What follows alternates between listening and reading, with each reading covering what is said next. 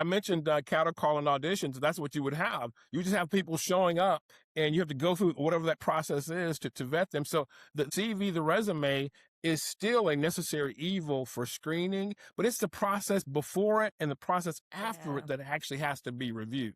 So the things we've talked about. I mean, how do you eliminate built-in bias? How do you actually take that person through a actual performance review and process versus just behavioral based on a conversation, and the person looks good, they sound good, okay, and they look good on paper, to the point, they look good on paper, but we don't know how they adapt to change. Do they know how to read a room?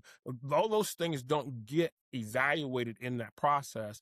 And so when I think about chaos without that resume, you're just introducing a whole separate, Mm, host of issues and yeah. problems to the process. This is Looks Good on Paper, a podcast from Willow about flipping the script on traditional hiring. I'm Anita Chohan, and every episode I put big voices in hiring and work culture through 3 quick-fire questions, speed dating style, to get the habits, trends, and ideas that matter. Hi, everyone, and welcome to this week's edition of the Looks Good on Paper podcast. I'm so excited to have our next guest with us this week. His name is Alan Boyer. He is the founder of iThrive Learning Architects and a former CMO and senior marketing executive at AT&T, Coca-Cola, Equifax, I mean, like all the big brands, and a longtime management professor and curriculum architect. Amazing. His work sits at the intersection of corporate leadership development and higher education, focused on building the human capabilities that AI cannot replicate. I am so excited to have you here today, Alan. Thank you so much. Welcome to Looks Good on Paper. What an amazing bio. How did you get here? Thank you, Anita. I worked hard, had great foundational education, but my interests have been very varied across my career. And the opportunity to work in, Fortune 500 companies, but also take a look at like going to campus. So I've been on both sides, Yeah. preparing graduates and actually hiring graduates.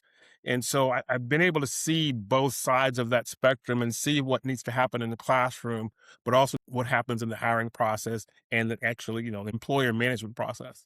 Absolutely. I mean, that's very interesting. A lot of the stuff that we do. So, Looks Good on Paper is actually powered by Willow, and Willow is a one-way video interviewing tool and screening tool. And one thing that we really do help with is those early careers. So, I'm really excited to hear about your thoughts on those things as we go through some of these questions today. Yes.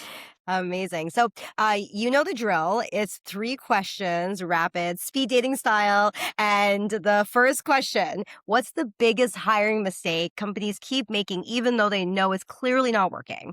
Relying on a broken process.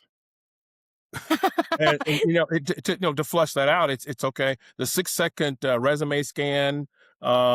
Really, you're hiring based on visual and conversational performance. You're not hiring on actual job performance. And so when you think about it, like I'm a youth development basketball coach as well with the Atlanta Hawks. And so, I mean, athletes go through tryouts. Okay. So we don't examine actually the person working. You think about cattle calls, auditions. Well, people are making decisions based on the person's actual performance in a role. When I think about basketball tryouts, all levels of athletics, they have tryouts. So you actually see the person perform. And we're not doing that in the hiring process. We're actually going on a piece of paper, and they did great in interviews, conversations, and then we make a decision. We make an investment on that person. And, that person, there's a high percentage of people who wash out after, 16 to 18 months because of the over reliance on just a broken process. More now than ever, it's so much easier to just say, like, oh, I know how to do these things. And then you bring Yes, someone in and to actually not see that demonstrative value or the potential of them actually, like, knowing what they have done in the past, but also being able to build on that in the context of the business that you're building absolutely. too, is huge. Yes. And what's happening right now, the last 4 to 5 years, AI is accelerating work. And so companies have to elevate human capabilities at the same time. And some of them are you're starting to see that. But again, on the preparation end, colleges and universities have to do that in the classroom too. Because I say, teaching with AI is not the same as working with AI. And so those things are changing rapidly, and both the college and university as well as the employer have to elevate that human capability. Absolutely. You're right. It is moving at like such a rapid pace. I feel like month over month, there's something new happening. And to Y- keep at top of that, everybody feels like they're scrambling at this point, Yes. employers, employee. So when you were working in house at some of these companies, I'm Mhm. not sure how long ago was it, but like, were you implementing things like AI in your workflows and things like that? Did you use it for any of your hiring practices? Yes, when I was an associate dean at a law school here in Atlanta, I was implementing those processes. When I was, CMO at a financial services company, my work at Coca-Cola years ago, I was doing actually performance-based hiring, in that process. For example, I remember interviewing MBA candidates who could not write the narrative for an annual report. And so I was doing some screening based on actual performance of what the job would entail. And that's what's missing in a lot of hiring processes. We don't actually ask the candidate to do anything besides have a conversation. It's We true. don't we don't know how they would operate in a meeting. We don't know how they would adapt to change. All those things are very important into the success of the company, but also the success of that candidate. Absolutely. I think one of the few places that we actually see it happening is a lot of engineering degrees, things Yes. like product and coding. Yeah, we absolutely know there's going to be some sort of, assignment or test. In some Yes. cases, I have seen things that way, even with when I'm hiring, we offer the opportunity to do like a skills test, write me a brief, write me something, show me you Right. can demonstrate that value, right? Right. But I don't know if it actually is a full 360 view of the potential or what they can do. No, no, I mean, and that's an excellent point. The one Yeah. thing that I in my work, we've identified, a lot of people are still hiring based on soft skills, and the soft skills were designed for a different time. With Mm, AI accelerating work, there's an AI ceiling that's creating right now where you're going to have different sets of skills that are more human skills that AI can't automate. And so when I yes. think about the work that we're doing, we're looking at cognitive power, we're looking at systems architecture and systems intelligence, global and cultural fluency, insight engineering. All those things are actually above the power skills. And so when we think about the work that we're doing, we're asking institutions, higher education institutions, as well as employers to take a look. Okay, what capabilities are you developing in your employers as well as your students? Yeah. Oh, I love that. Do you know, it's so interesting because everyone, 3 seasons of this, and a lot of people are like, we need to like really look at those soft skills in light of AI. It's not Yes. enough just to have the soft skills. Those soft skills are changing. That's what you're Yeah, right, saying. right, right, absolutely. I Yeah. mean, they're still important, but there's another set of skills that are Yeah. actually emerging, and we've captured those skills in some of the work that we're doing. And I think it's Amazing. important that educators. I work with educators and I work with companies, and really identifying those human capabilities that we've outlined in some work that we're doing.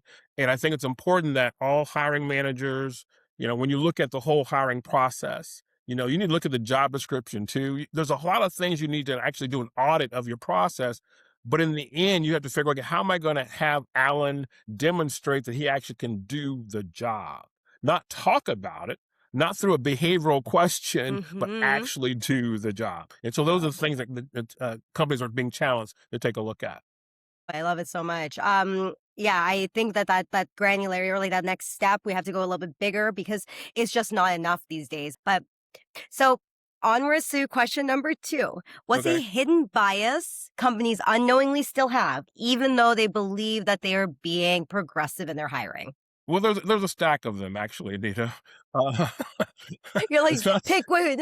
Yeah, yes, there is the, when I think about it, there's the cultural bias, there's the, regional bias, there's school bias, I worked at a brand company bias, and then there's that executive referral bias, that resume that comes down to that recruiter from somebody in the C-suite, of the best candidate, but that candidate's going around the process.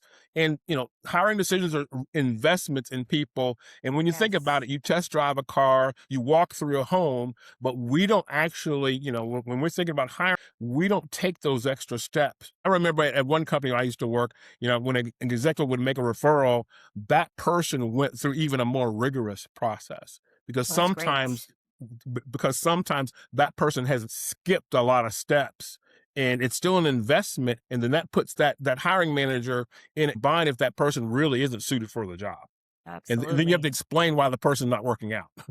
100%. It almost feels like, oh, this is coming from the top, so therefore it should be a shoe-in. But I really like that. Let's put them under more scrutiny. We have to Yes. understand if they're going to be a good fit, whether or Yes. not this comes from the C-level or not. Absolutely. And then I've been in a situation where I have had to tell a senior person, that person is not a good fit for this role. Really. Yes. And it's interesting, right? Because I think like, just like, oh, that's my leader, that's a leader of the company, that's someone that's Yes. important, that they would naturally maybe even think like, oh, this person's gonna be great. I worked with them in the past, whatever, Right. but it might not even fit the Right. existing company, right? And the Right. needs of the business at the time. Where it's like that's the they're familiar with them. They know where they come from. They might be in the Yes. past brand that they worked at, all of these Yes. things, right? And while that's great, and it's like, okay, given the volume of applications, which is Mhm. just insane right now, Right. we might think that it might be beneficial or behoove us to actually go and be like, oh, I have a recommendation from this leader. So Right. therefore, it'll help me find the right fit for my team and my line, even of business, Right. right? But I think that could even lead to more problems in the long run.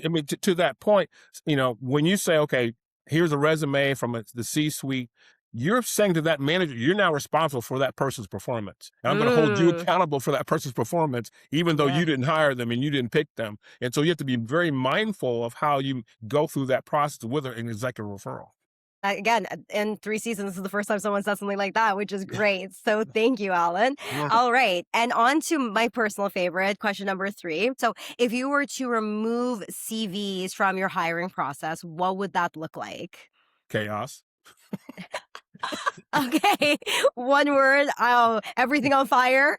Yeah, yeah. I mentioned cattle calling auditions. That's what you would have. You just have people showing up, and you have to go through whatever that process is to vet them. So the resume is still a necessary evil for screening, but it's the process before it and the process after it Yeah. that actually has to be reviewed. So the things we've talked about. I mean, how do you eliminate built-in bias? How do you actually take that person through a actual performance review and process versus just behavioral based on a conversation, and the person looks good, they sound good, okay, and they look good on paper, to the point, they look good on paper, but we don't know how they adapt to change. Do they know how to read a room? All those things don't get evaluated in that process. And so when I think about chaos without that resume, you're just introducing a whole separate Mm, host of issues and yeah, problems to the process. So that absolutely. the resume can be the villain sometimes, but it could have been a poorly written job description. It could have been a lot of other things in that process that It's actually true. created the flaws in the process. Absolutely. Well, our listeners, you heard it here. So maybe the CV isn't the villain I've made it out to be. Maybe it's the entire process. But I think you're so right, Alan. Like, we're not looking at the full scope of it. And it's easy for me to be like, oh, this is the problem with the CV. And we know there's a lot of inherent bias that's built into this thing. We know it's Right. been around for too long and we've built our entire systems and processes around it. I guess like now it's just like more than ever feels just like so important to really Yes. know and have a critical look at your hiring process as a whole. To your point, Yes. it's a holistic thing, right? Absolutely. Absolutely. Because and that person that's actually making the selection decision. I mean, I know resume tracking systems are part of it too, right? So, whatever the factors, word matches, all those things that go into the resume tracking system, that needs to be looked at in the preparation of the recruiter and the hiring person that does that first screening. What's that person's level of training and involvement? There just needs to be from end to end a look at where we're going, because AI is transforming a lot of things, and the hiring process needs to be a part of that. Absolutely. All right. So we're going to move on to our wild card question. And I'm going to Okay. bring it back to kind of what you had mentioned around like maybe graduates, early careers from the employer and the candidate level. Like you see a lot from both. How can we make sure that those, new graduates, those early careers actually get seen? And how do employers work to find and bring on some of these new hires in the best way? I don't think companies have a problem getting people in the door to look at. Okay. Hmm. It It's true. is how they've been prepared And, the schooling, the education, certifications, the practice, those things that give you a high probability that that person can fit in the job, that needs to be looked at from the candidate standpoint. Graduate readiness is something that we've been talking about too, because that's changing too. I mean, Yeah. companies are hiring a bunch of people, but they come back and say they're not ready. Okay, so Yeah. there's two things that have to happen. There's got to be a change in graduate readiness on the campus, and then that employer has got to change his or her hiring process to bring that candidate in. But the employer needs to know exactly what he or she wants. Yes. I've been in situations where the job description says one thing, but reality on day one is something totally different. And then that candidate usually washes out because the Yeah. job description was not really reflecting what the actual job was. Absolutely. And they're being set up for failure. I don't think at any Absolutely. level, no matter what seniority your role is, if that is not clear from the get go, everyone's Right. going to fail. The company will Absolutely. fail, the loss of time, the investment, Yes. and the I mean, candidate will fail. if I can add, I mean, I tell my business students that, their job is to, ask as many questions as they can because they're interviewing the company too. And so Absolutely. you need to find out as much as you can about the company in that whole entire process. I Yeah. also tell them that, if it's a brand new job, the company may not be committed to the job.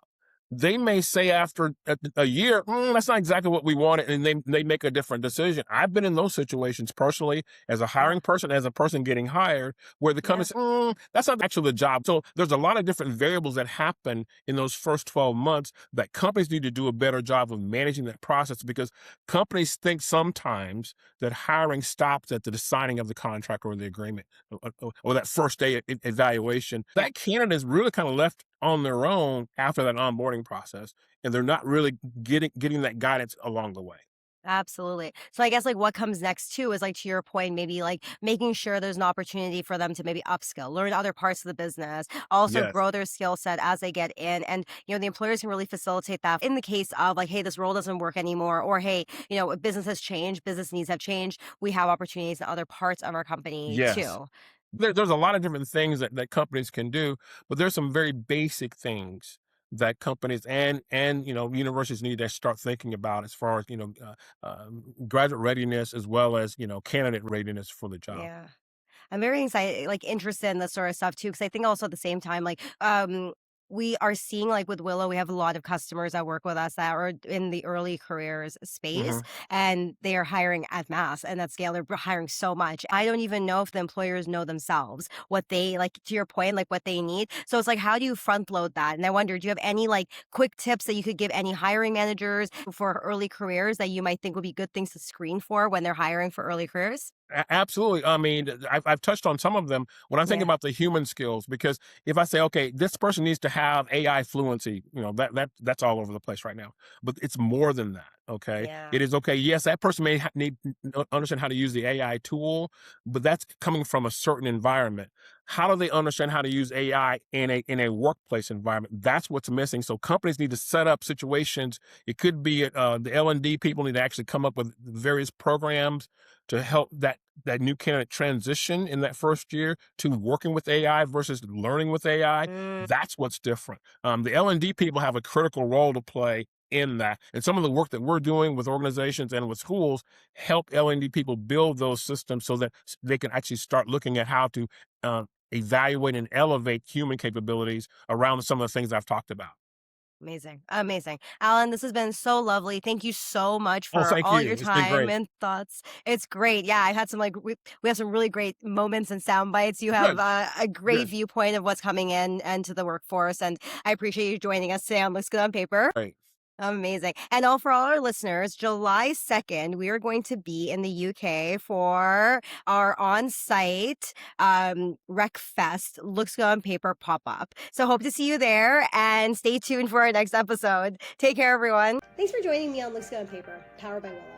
If today's 3-question sprint gave you something new to think about, hit subscribe and share with your network, because in hiring, and really in life, it's never just about what looks good on paper.